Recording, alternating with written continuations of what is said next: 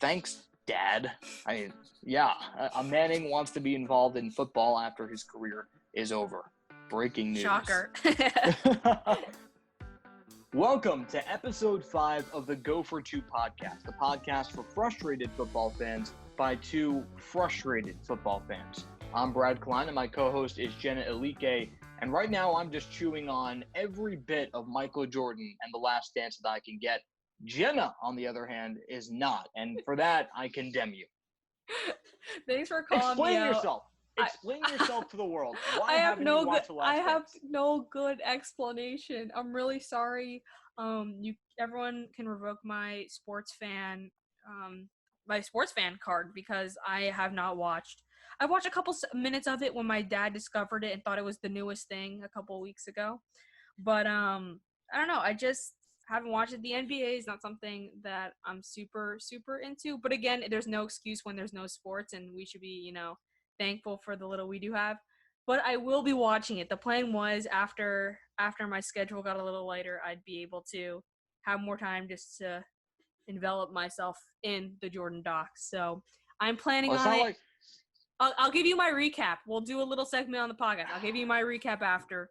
And I have no excuse. And I'm an awful sports fan. It's not like you don't have the time. You're just sitting there hoping football will come back. It's not coming back soon, okay? Basketball, The Last Dance. This is the closest thing we have to live sports right now, and you're just ignoring it. Yeah, I am. It's bad. I know, and I don't go on Twitter for the whatever how many hours. That's what everyone is tweeting about. I'm like, I don't want to hear it. I'll watch it. I'll watch it eventually. It's not. Sometimes that's how things work, where it's like everyone's watching it, so it gives you more of a reason not to watch it. It's just like, everyone's saying it's so good, it's so good, it's so good. Okay, that doesn't mean it makes me less willing to watch it just because it's I get it, but you're kind of forcing me into it.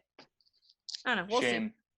Shame on you. Now, look, if you want to peer pressure Jenna into checking out The Last Dance, just shout us out on Twitter at @GoForThe2 podcast. Check out our YouTube channel, same name. Even SoundCloud, you can write a comment condemning Jenna for not watching The Last Dance. I'm sorry, take my sports card. We're not going to dwell on this for too long, but I wanted to actually ask you this question. As someone who has not watched The Last Dance even, the past few episodes have been, or in part, about Jordan's venture into baseball. And slight spoiler here, just a slight spoiler, Terry Francona actually managed Michael Jordan in AA ball. I had no idea about that.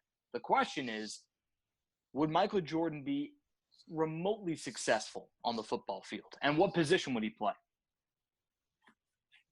Good question. I'm gonna go. See, I know a position already. That's the first thing that came in my head. I think he'd play receiver, right? A receiver? I think a receiver. I'm thinking tight end. Yeah, or a lengthy tight end. I think he can. He wouldn't do much in the run game, I don't think. But in the passing game, I think he can succeed. Okay, I guess I gave my answer. Yes, he would succeed. I don't know. Put a little more muscle on him. I don't know. My thing is, the thing about the question is, I hate hypothetical questions that are never going to happen. Michael Jordan will never play in the NFL. Not at this point. He's close to 60. So the point of the question, I just hate hypotheticals like that, because but why? Why do we have to think about something that will never ever I'll tell you why. Because we've been in our homes for a month and a half or whatever it's been, and I'm running out of things to talk about at this point. It's gotten to the point where Michael Jordan is now playing football in my mind. But hey, I'm not on empty yet. We have plenty to talk about on this edition of the Go For Two podcast. We have some quarterback controversy. The schedule was released for all of the 32 teams in the NFL. We're going to dive right into that. And we also have some off-season moves that were made, weren't made, some of the player association drama that we all know and love. That has come up again. But we start in Jacksonville, and we were talking about this last week, Jenna. What will the Jags do at quarterback? Well, our question was answered. They brought in All-Pro MVP candidate Mike Glennon. Thoughts? Well, again, you guys know how I feel about the quarterback situation in Jacksonville, and I think this solidifies it. They brought him in to back up Gardner Minshew. You needed one. Mike Lennon hasn't started a game since 2017. That was a bit ago. So And he he's lost fresh. the job. He lost the job to Mitchell Trubisky. So I don't know. I think he's kind of in this stage of his career. He's known as the guy who's the backup, and I don't think he's gonna come in. I don't think he's gonna come and compete. They brought him in to back up Gardner Minshew because you want to know who was backing him up before that? No one of any experience. We had Joshua Dobbs, 25 years old, played a few games, but not many. It's like 5, I think, 4 or 5 games. Chad Henne still in Jacksonville? No, he's not. I haven't heard that name in a very long time. No, he's not. And then they just drafted Jake Luton, who's a rookie, 24 years old. So they need to add some type of experience to this depth chart. If Gardner Minshew gets hurt, who do they have? Nobody of who can carry any part of the team. I'm not saying Mike Lennon's going to come out and let's say Gardner Minshew gets injured early and he's going to bring him to the Super Bowl. I'm not saying that, but at least win a couple games. I think he can do it. And I still think that Gardner Minshew is the guy. I don't think Mike Lennon was ever one of the candidates to be the starting quarterback in terms of what we were talking about last week when we were saying who's going to come in like an Andy Dalton who can compete for or be the starting quarterback. I don't think that's what his role is because I think Mike Lennon is in a different tier. They're kind of ending up in the same place though, which is interesting in terms of backing. Yeah. Well, it's funny actually. Mike Lennon might actually be in a better situation than Andy Dalton. Mm-hmm. And you mentioned actually that the last time he started was 2017, and he's known as the backup. All you can really go off of if you're Jacksonville is his reputation as a backup in the quarterback room, and what they actually said they used to bring him in and decide for them was his college tape, the draft assessment that they had on him years ago. As a draft prospect, they're like, oh, yeah, we really liked Mike Lennon back then, so why not now? That's just a testament to how incomplete Mike Lennon's resume is in the NFL and why he is a terrible fit to back up Gardner Minshew. Look, this team is probably shooting for, at best, 6-10. In my opinion, it's a good fit because it's a mediocre at best quarterback for a mediocre at best team. But for Mike Lennon, I get it. I'm sure at this point, he's frustrated. He hasn't started in a few years. Maybe he thinks he's a starter in the NFL, and this is the best place for him to do so because, as I said last week, the Jags have the worst QB1 in the NFL. I firmly believe that. It's a terrible deal for Jacksonville because this was a wasted opportunity to improve their team. Something I said with the Jordan Love draft pick with the Packers. You could have made your team better, and in the Jaguars' case, making your team better, that would have been bringing in Cam Newton. That's really the story here. Not that Mike Lennon has a job, but that Mike Lennon has a job and Cam Newton doesn't. Does not. Yeah. It doesn't make any sense. It's not a testament to talent level. It might be injury concerns with Cam Newton, maybe financial demands that NFL teams are not willing to meet on Cam Newton's part. But it's an eye roll to me how Glennon is employed and has a very legitimate chance to start, and Cam Newton might actually sit out the season. So for me, I'm still wondering about that.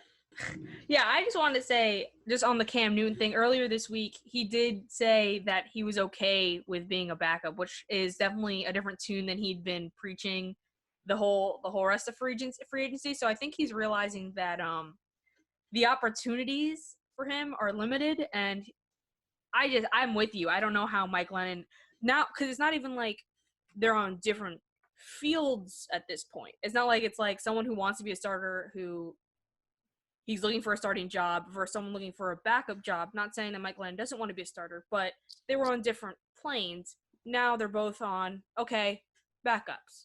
That's what my job will be. And Glennon over Cam Newton doesn't make sense. I did not think of it that way, but that is the perfect way to be thinking about it. But then at this point, and not to venture too far away from the Mike Lennon topic, but where is Cam Newton going to back up at this point? What you want out of your backup is reliability. This is, if your starter gets hurt, this guy will be here. That's why Nick Foles was the perfect backup, because he's Mr. Reliable. You know exactly what you're going to get out of him. As soon as Carson Wentz goes down, Nick Foles will be there. Well, you can't have, if you're an NFL team, you can't have, okay, well, if my starter gets hurt, at least I have Cam Newton, but wait, who knows if he's even healthy? Well, then I have to go to my third string. And now I have to invest in my third string quarterback. That's not something NFL teams are going to want to do. And for that reason, I think that it's more likely than not that Cam Newton actually sits out the year, because the only way he can improve his stock as an NFL free agent or as an NFL player as a whole is by not getting hurt. And the only surefire way to do that is by sitting out the season. He doesn't have to prove his ability. He's an MVP. He led a team to a 15-1 season, went to a Super Bowl. He's good. We get it. He's great. All he needs to do is stay healthy, and for that reason, take a redshirt year. You don't think Cam Newton to the Patriots, not a thing at any point? I feel like it would have happened already, but... Yeah, I think it would have happened.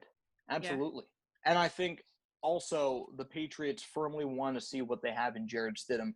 I actually think that Bill Belichick would be afraid that Cam Newton would outperform Stidham in training camp, because I think he loves Stidham that much. And remember, the Patriots are probably still sour about the Garoppolo deal. They see what they gave up, and now Garoppolo is leading his team to the Super Bowl, and their quarterback Brady is on a different team completely. And now they're left with Jarrett Stidham, a fourth-round pick from Auburn. I have high hopes for him, but at the same time, they could have had Garoppolo. But moving on, the Saints release Larry Warford, the guard, the longtime guard in New Orleans. And to me, it's no surprise that, Jenna, this is a big move and might have some big ripple effects in the NFC.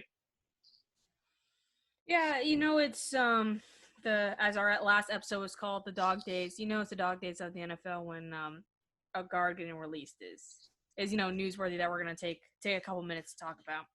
But I'm with you. I mean, this guy was a three straight years he was a Pro Bowl caliber player, and something just happened in 2019 where it just was not good. It was I don't know, he struggled to stay consistent, which hindered his athleticism, which is a big part of what the Saints offense did last season, was do a lot of screen passes, and he was just not able to get out on those. So I just think that it was time. They also drafted two players, one last year and one this year. Their first-round pick was Cesar Ruiz, who's a center who can go into that position. It's going to be between him and Eric McCoy. Who is the second-round pick of last year's draft, and one of them is going to stay at the center position, and one of them is going to slide into the other position that they now need to fill. But he still wants to be paid. Another headline from him this week was that he still wants the $70 million that he was expected to make for the base salary with the Saints.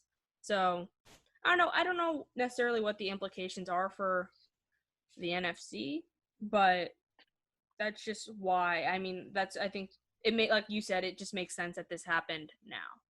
Well, big time implications for the NFC, because Warford is a player that's still in his prime, if not just starting the back nine of his career. And he can go to an NFC contender and immediately impact that team. Off the cuff, I'm thinking the Bears. The Bears have a new quarterback, presumably, if not a young quarterback that they're still developing. And Larry Warford, especially for a guard, was phenomenal on pass protection with the Saints. And that's something that the Bears are going to want to invest in. Warford is a professional. You can plug into the locker room. It's a good move for the locker room and for the field. Look, it's no surprise because they had to make room for Cesar Ruiz. That's why. It's because of Cesar Ruiz. The Saints didn't want to have to pay him. They just paid their backup quarterback a significant amount of money. Of course, their third string or maybe backup, Jameis Winston, goes for a bargain. But Taysom Hill is actually paid swimmingly, so they had to make some room there. But Larry Warford is definitely going to contribute in the NFL somewhere. I know some Jets fans that want to sign Warford. Who knows where he's going to go? But wherever it is, he's going to make an impact. Same goes for Logan Ryan, the cornerback for Tennessee last year. Didn't get a contract offer from the Titans this offseason, and now he's walking. And the Titans, they had more than 20 players that had expiring contracts. They made some big offseason moves with Ryan Tannehill, Derrick Henry. Logan Ryan gets the short end of the stick. What do you think of this move? It's not smart by the Titans. This is someone who you've built your defense around, and a defense that has helped you get to where you were this season in the playoffs. And he's coming off his best season. It's not like he was coming off a low point. He had, 18 passes defense, which was third best in the league, 4.5 sacks, 4 interceptions, 8 quarterback hits. All of these things are positive. It's not like he was any type of an issue on the field or even off the field. So it's kind of a head scratcher to me. But, I mean, another team may be looking to benefit, Brad. Let's go. The Jets. Let's go. Great move. And you know what? Give me this version of Logan Ryan because, Jenna, this is not just a head scratcher, okay? This is not, I wonder what the Titans were thinking. Look, I get it. The Titans had a bunch of players they had to pay, and they took care of their stars. But the stars are not the only players that got the Titans into the playoffs and beat the Patriots in the first round. Logan Ryan was straight up disrespected by Tennessee, okay? All right, I'm just going to read off a stat here because, I love my numbers. Ryan joined Adrian Wilson from the Cardinals in 2006 and Thomas Davis from the Panthers in 2015 as the only players since the year 2000 to record at least 4 sacks, 4 interceptions, and 4 forced fumbles in a single season. Wow. Logan Ryan, and that's good company, okay? If I'm the Jets, give me Logan Ryan. That's a gaping hole for the Titans that they're going to have to fill, and they're trying to plug in a rookie cornerback. And if you want to talk about disrespect, the Titans gave Ryan's number away to the rookie cornerback before the announcement was even made that Ryan was going to walk. That's that Ryan would be playing for another team in the year 2020. That is messed up. But for me, as a Jets fan, I'm excited because personally, that would bother me, okay? Now, as soon as I see that light blue, the Tennessee blue, I'm fired up. I want to beat that team and give me the version of Logan Ryan with a massive chip on his shoulder. It's absolutely disrespectful. Unfortunately, that's where the league is right now. It's a team league. The players are not controlling the offseason nearly as much as other leagues like the NBA, maybe even the MLB. But Logan Ryan just gets the short end of the stick, much like, unfortunately, guard Larry Warford. So that's just the same story, different player. But in terms of players' rights, players, what they're doing and what they want with negotiations, Carolina Panthers left tackle Russell Okung, he's going to appeal a dismissed unfair labor claim against the NFL Players Association. Basically, just to give you the rundown, he's claiming that players were silenced and threatened by the Players Association while the new CBA was being negotiated. The unfair labor claim that was dismissed, he's appealing that decision. And actually, Okung, talk about a player with a chip on his shoulder. This is a guy that actually campaigned to be the NFLPA president. The campaign didn't go so well. Let's just put it that way. But now he's essentially saying that he speaks for a bunch of different players in the NFLPA. The problem is he's really the loudest voice, the only voice in this uplifting. That was going to be my question. I was like, did I miss something? I'm like, is he, the leader of a long string of players that we've heard a lot about? Did I miss something in the news? No, I didn't think I did. He's the only one. Okay, you need a little bit. I understand why he was kind of shut down. It's because you need, I was doing some reading on it, and it was just like, the PA was like, who else? No one else is coming up with these. And they're like, that didn't happen. It just doesn't, I don't know, it doesn't make sense. And I feel like if it was such a big issue that a lot of players were passionate about, like he's claiming, we would hear from them. I have really nothing else really to say. And there are 2 problems with this. One, democracy. Okay, this is the problem with democracy. You elect a representative. In this case, it's Richard Sherman, other players that represent the interests of the players and the Players Association. Unfortunately, there's no way to satisfy everyone, and Russell Okung is living proof of that. So that's number one. Unfortunately, that's going to happen. I get it. The NFLPA, the CBA, that's all big news because it affects the layout of the league. But it really doesn't get that much attention because it's not a sexy story. It's when the players that score touchdowns and make big hits put on suits and ties and carry briefcases. And that's certainly less exciting than what we see on Sundays. But at the same time, I think it's hilarious. Okay, a few weeks ago, we saw Mike Pouncey. Did you see this video? Check it out after the podcast. Mike Pouncey, no shirt, chain hanging out in his Jeep, bashing the Players Association. This is this is that. And the tensions and the passions that the new CBA sparked are hilarious. And I needed that with the quarantine. It's awesome if you want to just go surf the web and take a look at them. But it's like the players that are happy just scored a touchdown, and the players that are not just dropped a touchdown, threw an interception, whatever football analogy you want to use. But no one is in the middle.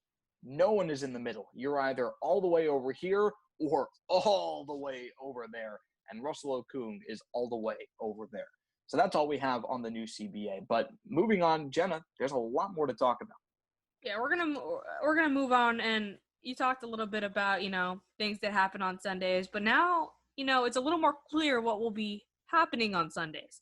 Obviously, we're going to be playing some football. Not us, but people will. We assume. I could. Hope. Potentially. I could. I couldn't. Yeah.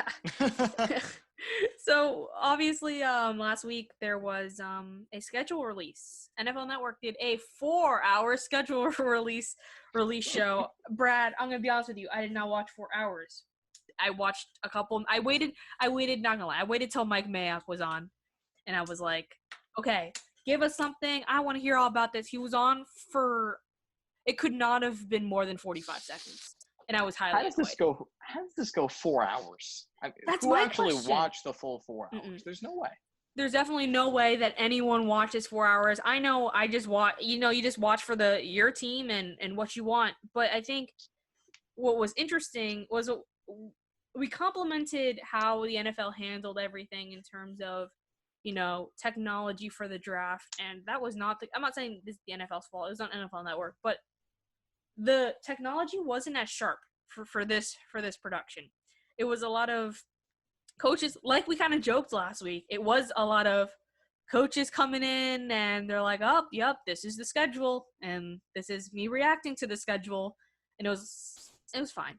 But the problem was on the technological side, it was like there was an echo. So like you heard, which I think that what the problem was that the coaches and the players or whoever were watching like themselves in the TV, and then the Zoom or the Microsoft Teams or the whatever they were using was picking it up. So all you heard was an echo the entire time. It was awful. And it was hard to watch most of those interviews. And I don't know. That's just one thing I think you need to explain right off the bat, that you can't be watching yourself while you're doing it. This might just be the journey. You're right, by the way, and the echo, whatever. But technology is not perfect. I understand. Two actually problems with this broadcast and the whole presentation, 4-hour presentation of the NFL schedule release. First of all, you didn't need 4 hours, and they were milking it. Okay, they were absolutely milking it. Sure, Mike Mayock might have been on for 45 seconds, but this could have been done in 2 hours, easily 2 hours. That's number one. Two. How do you pronounce the new stadium that's being built by the Rams? The SoFi Stadium? Yeah, so they mispronounced it. Maybe it's just the journalist in me, but they said Sophie, and they kept on saying it, and my ears were bleeding when they did. It was painful. So and it was on NFL Network. Yeah. NFL Network. Just saying. They should probably get that right. But hey, I didn't have that much of an ear problem with the social media schedule releases. The schedule releases. I thought they were, I don't know, you have to get creative. Some of them weren't very creative. But I'm going to tell you who I thought did a standout job and a great. If you had the patience to watch like the 5-minute video, it was well worth it for the Vikings. That's better than the 4-hour broadcast. Even with the quarantine, we're locked in our homes, nothing to do besides watch The Last Dance. Who has time for a 4-hour schedule release broadcast on NFL Network? No one. Not me.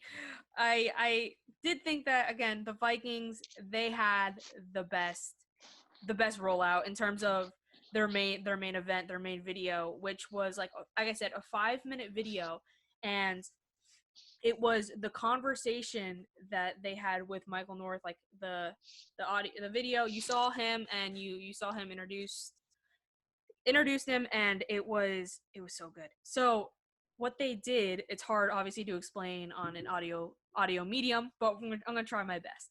So what they did was they had him, Michael North, talking in the background, saying what time the games were, what network they were going to be on, who they were playing, and over it was like, you know, your classic, like, oh, this is when we play those teams, video footage of them playing in the games. But then in the middle of those, they were interspersed like memes, kind of. They were just like video, like it was just videos that were either like making fun of the team. Like there was one example that I don't know what the cartoon was called. I don't know what it was, but it was like, why do we have this? And it was like, you know, the toilet seat things that you put on. I don't know what they're actually called. And it was like, cause it's Tennessee. And it was just like, and that's when they were playing Tennessee, and it was just like roasting Tennessee. It was really funny. And there are a couple more like that where they just like, or they're playing for the 9th straight season, they're playing the Seahawks in prime time, and it was like the older computers, and it was like, do you want to like click yes or no? Do you want to play for the 9th straight season in prime time versus Seahawks? And like the computer clicks no, and it's like, congratulations, you have to play Pete Carroll in prime time anyway. And then it was like, fine. It was the funniest thing I've ever seen. And when I was preparing for this, I was like, all right, I'm just gonna look at like what most people thought the best were. So it was like a top 10. And it was number 10 on the list of this top 10. I did not watch any of the other ones. It was my automatic winner. I scrolled through some of them, and I was like, okay, this is kind of like, I don't know how these beat the Vikings one, but it was fine. But the Vikings, I think, A+ for that editor. Because I felt like I was watching a YouTube video, and it had someone who was a very funny editor that I enjoyed.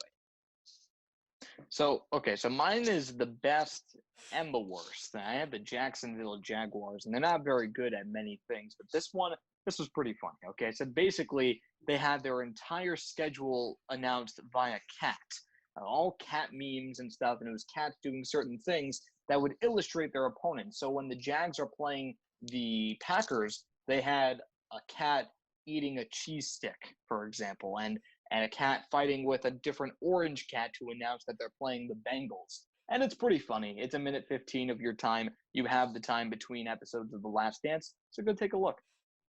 Man, really just bringing that last dance, really making sure I watch it. I don't know if I've ever felt more passionately about something. I mean, you have no excuse, and it's awesome.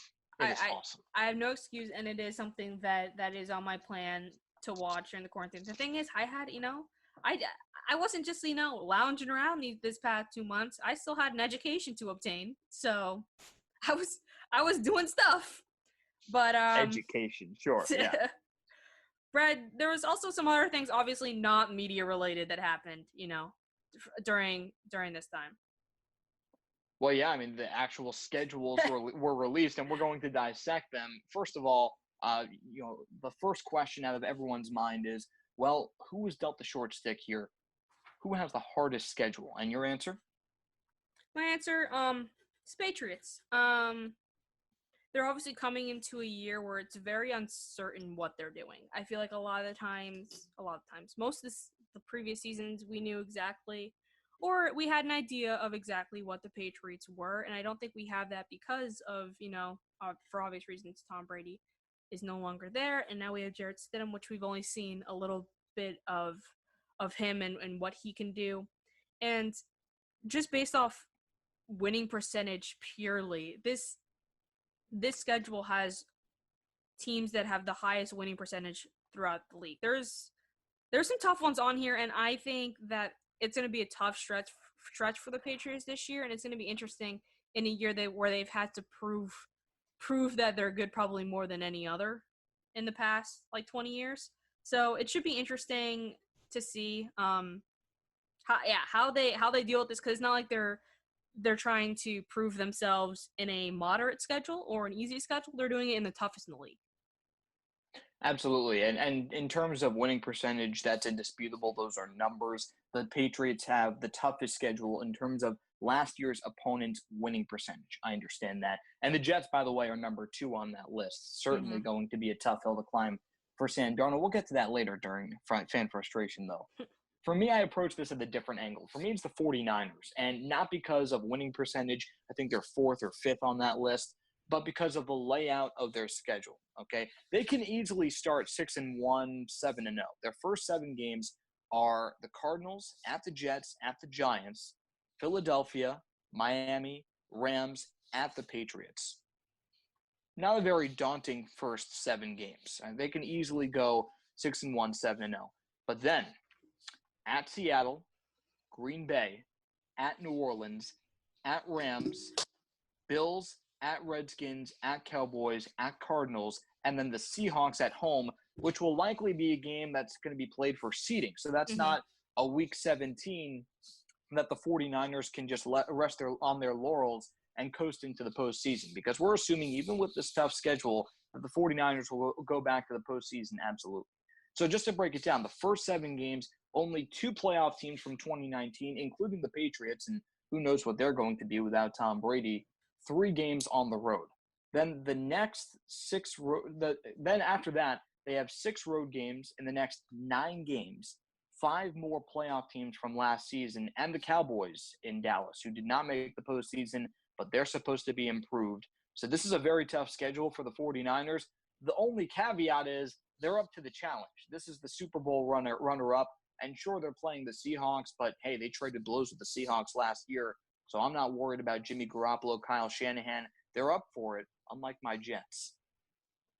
Schedule time gets me so excited. I'm so excited. And I think go ahead. I'm not excited. So excited. You know why? I'll tell you why I'm not excited. Because my Jets are going to go 6-10, and that's not exciting. That's why. Because okay. First of all, they're going 6-10. They're going to split with the Patriots and the Dolphins. They always win at least one game that they're not supposed to, and always lose one game that they're definitely supposed to win. Okay. The only lock in the schedule, they're going to beat the Raiders. Just saying. I have a differing of opinion. But I'm going to be honest. Shall we wager? The Jets will beat the Raiders. What are the stakes? Okay. I don't know what the stakes are. I'm not – sports betting isn't really my thing. I think you might be more comfortable setting the stakes. I don't know. That's the thing. I'm coming up with something. You come up with something. I think I looked at our schedule, and the thing about this time when I get super excited for me means super optimistic. So I was just like, okay, I can see in this weird way that we could beat this team. I'm not, unrealistic. I know we're not going to beat the Chiefs once this season. I understand that. And that's okay. But I have the Raiders going 8-8, and to go back to you, I say that the Raiders are going to beat the Jets. I wouldn't have locked it in, but I guess now that I'm taking you up on the offer, I'll lock it in. But I think we're going to do some interesting things. But last season we were on, we were on the high road. All of a sudden we get our butts kicked by the Jets. Like, I understand, like, your method. I think that's for any football team. They're going to win a game that they shouldn't. They're going to lose a game that they definitely shouldn't. And I hope it's not the Jets because we're wagering something. But I'm going to talk about this more when I get into my fan frustration and Vegas, and Allegiant Stadium and just all the crazy things that are happening right now in terms of ticket sales on their end. So this is going to be an interesting season. Just looking at the first game at Allegiant Stadium, it's against the Saints, and I don't like that. That's tough. You're going to christen in this new stadium. We're supposed to be going to Las Vegas to be bringing in a new culture of winning. Like, this is what we're supposed to Jenna, flip it around, and we're starting with the Saints. We're losing. Jenna, this isn't college football, okay? You can't just decide, okay, new stadium, first game, start on a high note. Let's schedule Appalachian State for our first game, okay? That's not how it works. You have a challenge, and that's Drew Brees coming in. There's nothing sweeter than beating Drew Brees in your first game. Now, That's you're what right. I was gonna say. You're That place, definitely not going to win. we're not gonna win.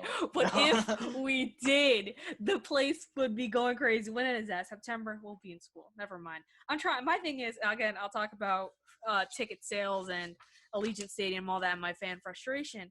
But I don't know. I'm looking to see when I can make my way over, because it's if we're able to, have full fans for a football game. Mike Mack said it on the 4-hour and an hour number 1 of the 4 hours of the NFL Network coverage. He was saying it's gonna be an unforgettable experience if we're able to have fans in that stadium. And I definitely agree. Like I said, I projected the Raiders to go 8-8. I think we beat the Panthers off of week 1. Then what else do we win?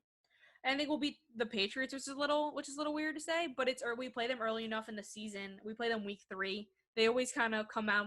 They don't come out of the gate super hot. It's always like they need to get into the rhythm. I think that's gonna be even more of a thing for Jarrett Stidham. Like I said, in week 2, they're gonna lose, and then they're gonna lose. They're gonna stumble a bit. Okay. Going week 4 to week 7, they're gonna lose all those games. That's the Bills, the Chiefs, and the Buccaneers. And then in week 6 they have a bye. But it's an early bye. What's up? It's a pretty early bye. It is a pretty early bye. So we're gonna lose those. Where else are we? That was week 7. All right. So week 8, we'll play the Browns. I think we'll beat them. We'll lose. What I think with the other division rivals and the Chargers and the Broncos, we'll win the home game. We'll lose the away game. I'm actually rethinking that because, I don't know. I think if we can beat any team twice in our division, it'll be the Chargers, especially because I think they're talented, but I think that they can either go either way this season. They can either be better than people think or worse than people think. So we will see. But I think I gotta tell you though, as much as I want the Raiders to go 0-16 this year, just because, I think people might be overestimating the Broncos. And this is a shot at Tim Mellon, you know who you are. But the bottom line is the Broncos have such a huge question mark at quarterback. The defense is aging. The running back is, in my opinion, overrated than Melvin Gordon. So what do you really have there in an opponent that you're going to play twice? You're going to split with them. That's almost a guarantee. Mm-hmm. I think that you have a very strong shot at beating the Broncos twice. I agree with you. I don't think that their quarterback is as big of a question mark as you do.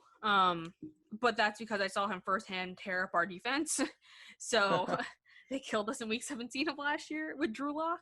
So I think that we also don't do well in cold weather, and we always play the Broncos week 17. It's gonna be cold, and I like Derek Carr. We all know this, but that man cannot play in the cold.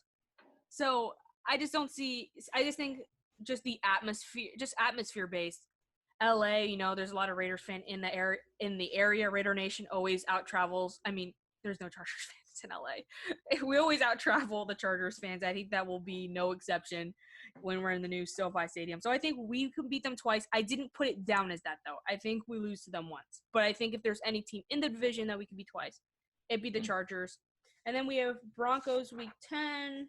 And with Chiefs, I told you, we're not beating the Chiefs. We're not getting close to beating the Chiefs this season. No. And then I think we go back-to-back week 12, 13. We got Falcons week 12, I think we could beat. And then the Jets week 13, which I think, as famously now, that I think we can beat. And then 14, we got the Colts, I think we'll lose to. And then week 15 and 16, we have Chargers, then Dolphins, both at home at Allegiant Stadium, which I think we can win. And I think you might see Jenna at. We'll talk about it later. And the Broncos week 17, we will lose. And so we're going to be 8-7 after, I think, when we play the Dolphins. 8-7. We're going to be like, okay, maybe we'll have a winning season. No. We'll go 8-8 or 7-9. Yeah, we'll be exactly where we started. Brad, tell me about the Jets and what you're thinking, unless you got something else to say about the Raiders. Well, it's just the wild card there with the last game, and you're breaking down each individual game. it's that you don't know who the quarterback's going to be for the Dolphins at that point. So True. who knows? It could be Herbert. It could be Fitzpatrick.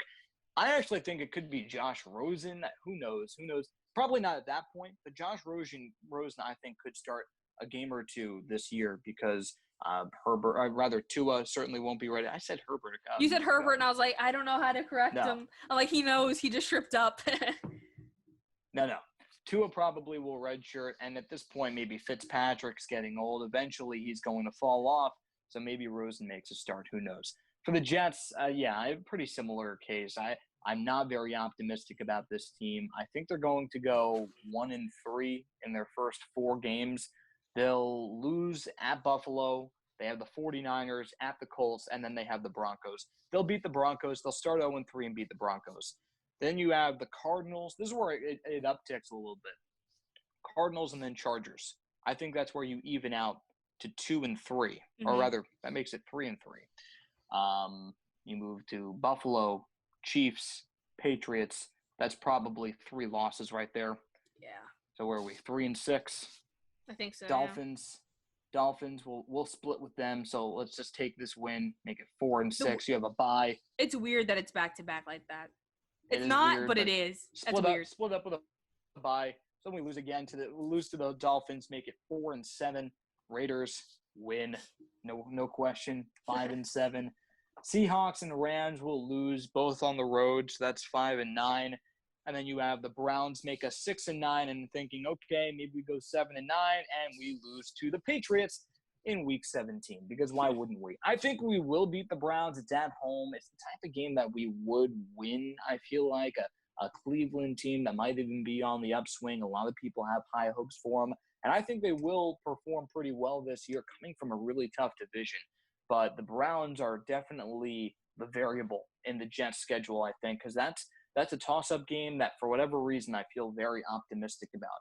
But look, the schedule did not work out well for the Jets. Again, the second best winning percentage for opponents from last year. So definitely a bad draw for New York for sure. But the whole AFC East got, I mean, for the most part, you guys did not come out with easy schedules. No. I mean, no, it's because we play. Okay, for the Jets specifically, we're playing the 2 Super Bowl teams from last year. Yeah. Play the 49ers and the Chiefs. And we're going against Seattle. Right there, that's 3 automatic losses outside of our division.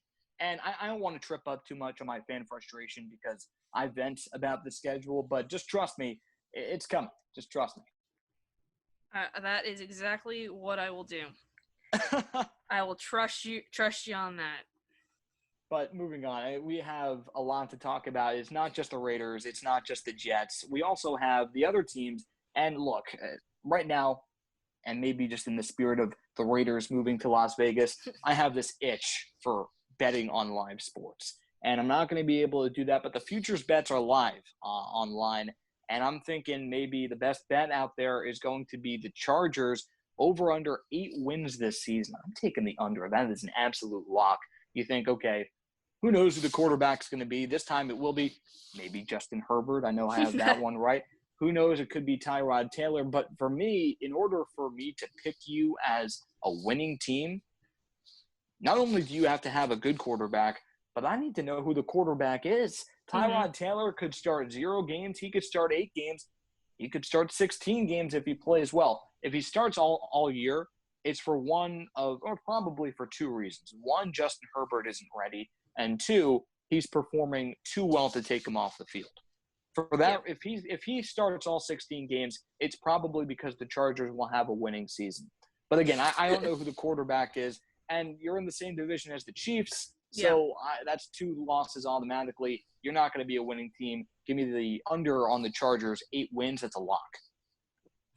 I'm gonna go to the AFC East, and I'm picking the Dolphins. The line was 6. I think they over, which I said that before, kind of looking at their schedule. I was like, okay, I think the Dolphins can go over 6. They've made a lot of offseason moves. I mean, whether or not Tua plays is a big question mark in the amount of games that they play. And they, I think, came out with the third hardest schedule. Like I said, the AFC East did not do not have it like all the teams do not have it easy this season.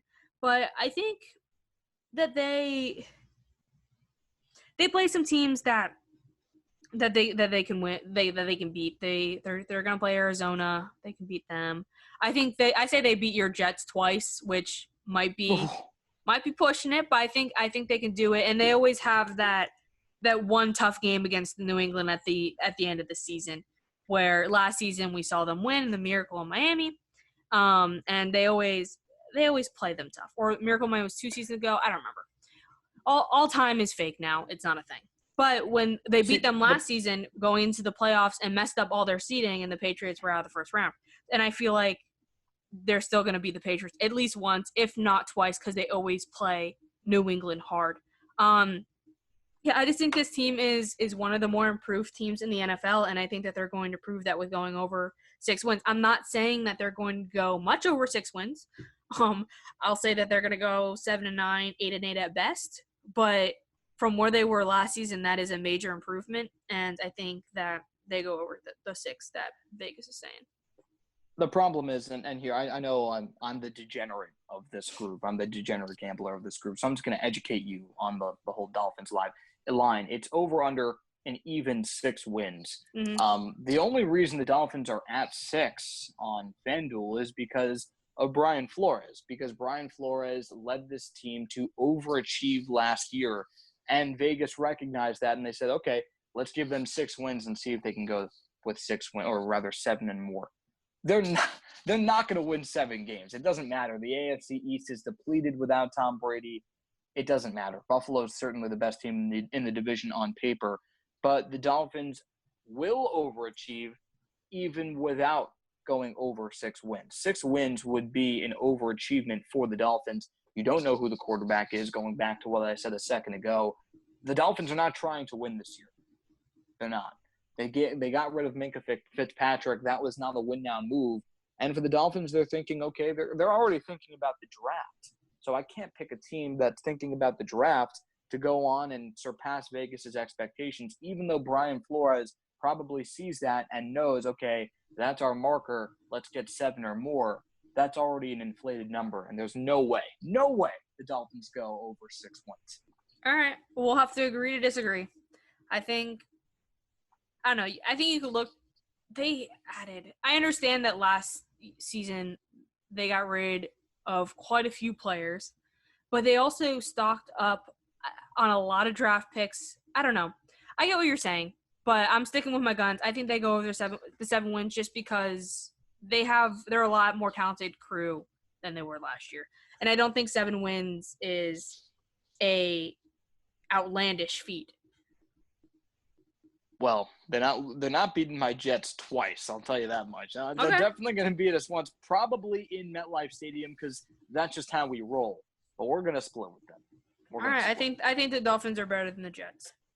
So. Yeah, but even so, we're still going to split. You know, Okay. The Jets are such a split team. That's what they do, okay? They lose games that they're supposed to win, and they split with teams that are better than them. Like, that's what we did so much in the Rex Ryan years with the Patriots. We would lose to a terrible team like the Browns or something like that and beat the Patriots once for whatever star-aligning reason. We beat the Patriots once, and that would inflate our schedule, or rather record, up to like a 7-9, 8-8, and make us seem way better than we were. The Jets are going to split with the Dolphins. They're going to split with the Patriots. They're a split team, and that's what's going to happen. Trust me, I've agonized in this state of mediocrity before. And the Dolphins and the Jets they're too even to get swept for the Jets. Okay. Well, now we're going to look over to see what was trending this week on Twitter in terms of the NFL. Brad, what did you see? What did you notice? What caught your eye? So, do you remember in the first episode, in the first What Was Trending, you had Colin Kaepernick? You remember that? Yeah, I do remember that. So Colin Kaepernick, you saw he was trending and you thought he was going to the Jets, and you called me and you freaked me out, and my heart it did stuff. So, okay.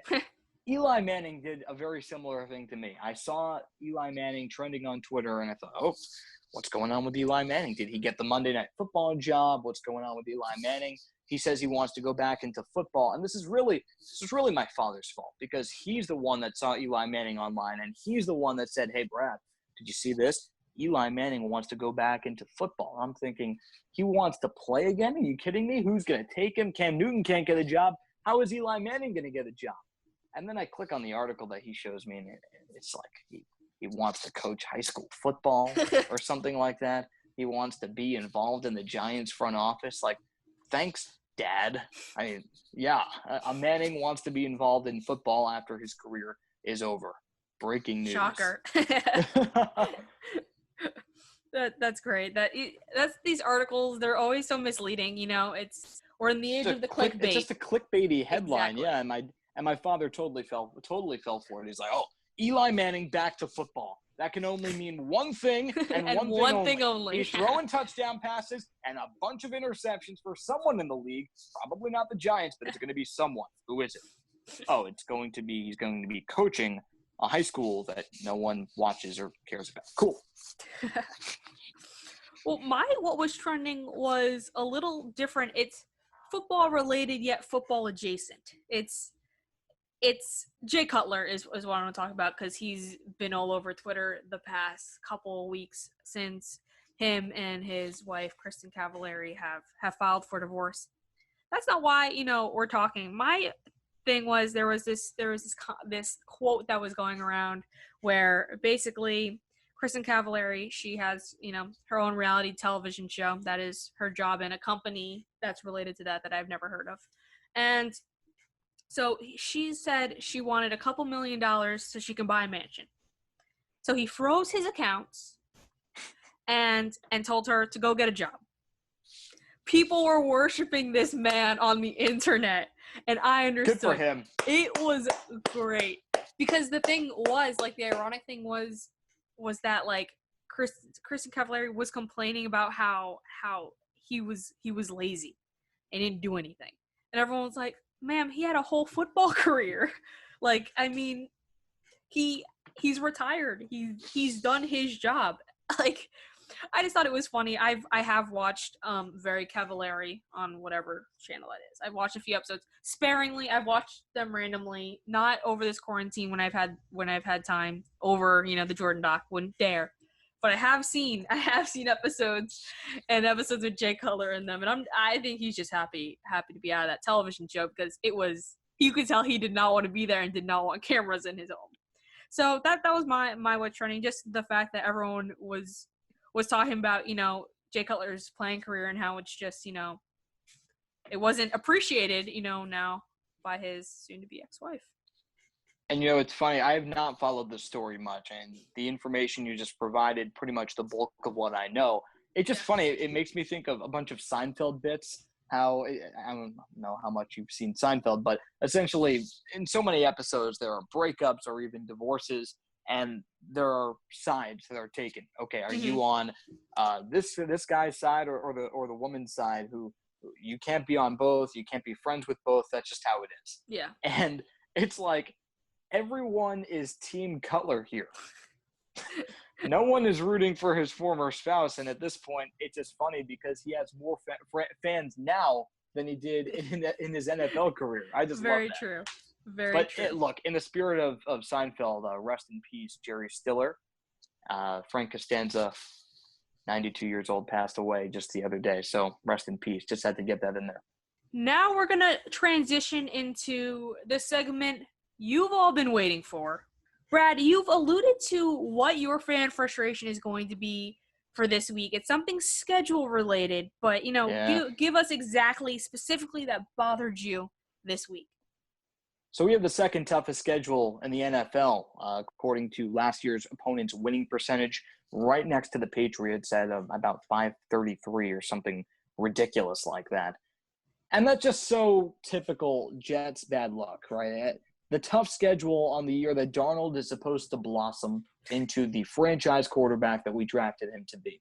Second toughest in terms of winning percentage, as I said before. You play the Chiefs, you play the Niners, you play Seattle. And maybe it's a blessing in disguise because maybe this is optimal defensive matchups, not optimal defensive matchups, but great talent that Darnold will have to be tested against. and we can really see what we have. But at the same time, it's just obnoxiously bad luck because I was expecting maybe Darnold leads us to a 7-9, 8-8 season, but it seems extremely unlikely when the cards are stacked against us. And that's exactly what happened with this schedule release. It's just demoralizing. It's just demoralizing because you do so much right. I mean, they've done so much wrong. But you drafted in the first round, even with the 11th pick, a player that will contribute tomorrow, right? A player that you needed in Mekhi Becton, left tackle, that will promote Sam Darnold's play. And now it doesn't really matter because how is Mekhi Becton going to do against Bosa? You know, he could be really good, but when you put him against Bosa, it's game over. Especially in the rookie year, the transition's always a little rough. Yeah, I have this just to piggyback off the Mekhi Becton thing. It's not really a fan frustration. Maybe it's a fan frustration about arrogance of the Jets. So I have two, if that's okay with you. Go right ahead. So I was talking to a friend of mine who knows a tremendous amount about the game. He actually played slot receiver at FIU, tried out for the Jets and the Giants. So I was talking to him about the state of the Jets, what they need to do. He's saying to me, this all stems from a Robbie Anderson discussion that we had thing. He thought that Robbie Anderson was a number one receiver. He's not, okay? The Jets need to do this. The Jets need to do that. It's not Anderson's fault. Their offensive line is terrible, and they didn't even address it in the offseason. And I said, Devon, what are you talking about? We just drafted Mekhi Becton. Guy's a refrigerator. What are you talking about? He's our left tackle. Calm down. Oh, Mekhi Becton's a bust. What are you talking about? I'm like, well, okay, 2 seconds ago, you didn't even know Mekhi Becton existed. Now you're saying he's a bust. That doesn't make any sense, Devon. You know so much about the game, more than me, but follow the Jets if you're going to talk about the Jets. Am I wrong? And he said that Mekhi Becton was a bust because he went to Louisville, which to me is puzzling because he thinks, okay, Louisville's a bad school, bad football program, so Mekhi Becton's no good. That's puzzling to me because the guy went to FIU. It's not like he went to Alabama, first of all. So I'm just going to say it. Second of all, the reigning MVP went to Louisville, right? Lamar Jackson, pretty sure. So pretty positive. So that's just two thoughts on that. So that's a double fan frustration, two for the price of one, fan arrogance, and also a bad draw on the schedule release. Very, very nice. Nicely done. So now for mine, I'm going to talk about, like I said, a lot of the Allegiant Stadium, Vegas move, ticket sales, all of them are going to be in this one. And we're also going to talk about the Broncos in my fan frustration. Specifically, we're going to talk about Shelby Harris and his thoughts on his debut in Vegas. This is what he said to the Broncos country tonight. He said, I don't think it's going to be the same. I don't see them having much of a hometown appeal. I feel like it's going to be more of a tourist thing, like, oh, we're in Vegas. Let's go to a game. Okay. So, yeah, that's what he had to say. And I'm going to use that as a springboard to talk about my fan frustration and just talk about the Raiders and their new stadium and their move in general. So my first thing is I don't like the comment that he made that it's just going to be a tourist thing. Oh, I'm in Vegas. Let's go to a game. Because that's not why you go to Vegas. I don't think that's why they're just not going to be like, oh, it's a Friday night. Let's go to a game. Also, I'm going to pull out some numbers. So almost instantly, once the schedule was released, tickets were sold out to Allegiant Stadium. They were sold out. People are, I don't know. I'm planning to go to if I'm buying a ticket, I'm planning to go to a football game. I'm not planning it because maybe I'll plan a Vegas trip around it, but I'm not going to be like, Vegas trip, let's see some activities to do. Let's go to a football game. So then obviously you could still get tickets from like the secondhand places like SeatGeek and all those places. And the average cost of those tickets are $600. That's first in the league for ticket prices. The second team that's under them is the Seahawks, and their average is $400. It's a $200 difference. So I don't know about you, Brad, but if I'm going to Vegas and just happening to go to a football game, I'm not paying that type of money.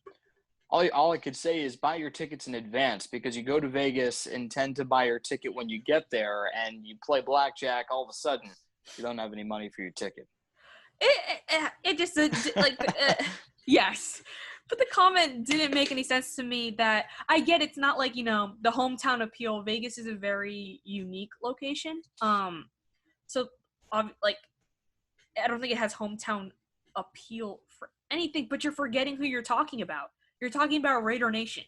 Raider Nation has not complained really about this move. It's obviously, not what they want. They prefer the team to be in Oakland, but they're not going to go to games.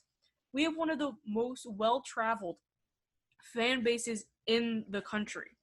And you just think that, people are just going to go for fun. And I get it. We have some, we have some games that are going to be touristy, it sounds like Tom Brady coming into Allegiant Stadium. You'd see Tom Brady and Gronk, see the new stadium.